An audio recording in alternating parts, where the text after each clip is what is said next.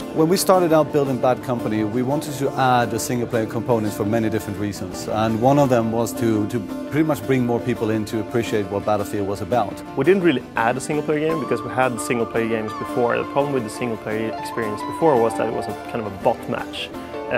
We wanted to add the adventure behind the war into the Battlefield series. Other games often portray soldiers that fight for freedom, or they fight for liberty, or they fight for honor or glory.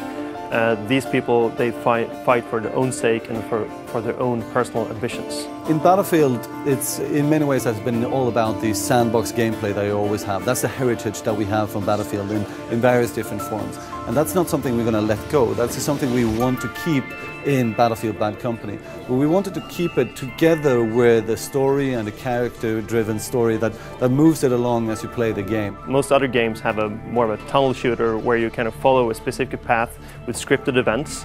Well, we didn't want to do that. We wanted to make the AI and the environment work together with you as you were playing a multiplayer game as well, because in the multiplayer games of Battlefield you always end up with cool moments, and you have these wow moments that, you know, someone does something cool while something else is happening and creates kind of a chain effect, and we needed the AI to do that together with what you're doing in the game to create these wow moments without scripting them. So that was a huge challenge for us. I strongly believe that what we have when it comes to environmental interaction is going to set Battlefield Bad Company apart from many other out there.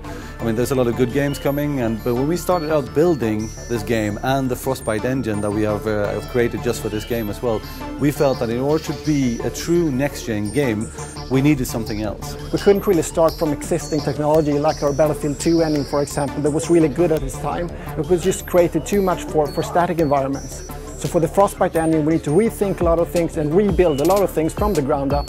It was something we found when doing these kind of very destructive environments. You can't start from an old engine that's kind of created for static environments. You really need to do something completely new that can handle total dynamic environments. There were various reasons why we wanted to do this, and one being, of course, that it's a next-gen feature, but the other one is the aspiration that we had to change the way that you play shooters today. We don't want the destruction to be something that's just an effect and goes away. We want it to be persistent. So if you blow up a building and then go 2 kilometers to the other side and come back, the building will still be blown up. Battlefield has always been about the emergent gameplay that, you know, you drive a Jeep, you strap C4 on top of it and you drive it into a village and blow everybody up or something like that.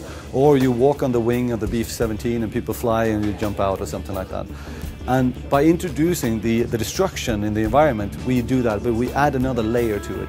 Because now you have new ways to play around and just with the toys available to create new crazy scenarios or crazy solutions for killing each other off. One of our mission designers just tried to shoot a chopper down with a mortar strike. And no one really thought about how you could do that. So he aimed at a building which he knew that the chopper would pass by, and he tried that over and over and over again because it's really, really hard, and he used his lunch hour to do that, and eventually he got it and the chopper went down and people had gathered up and watching this event occurring, and it was a huge roar when that happened. So Battlefield Bad Company is coming out for Xbox 360 and PlayStation 3, and it will be out sometime in 2008.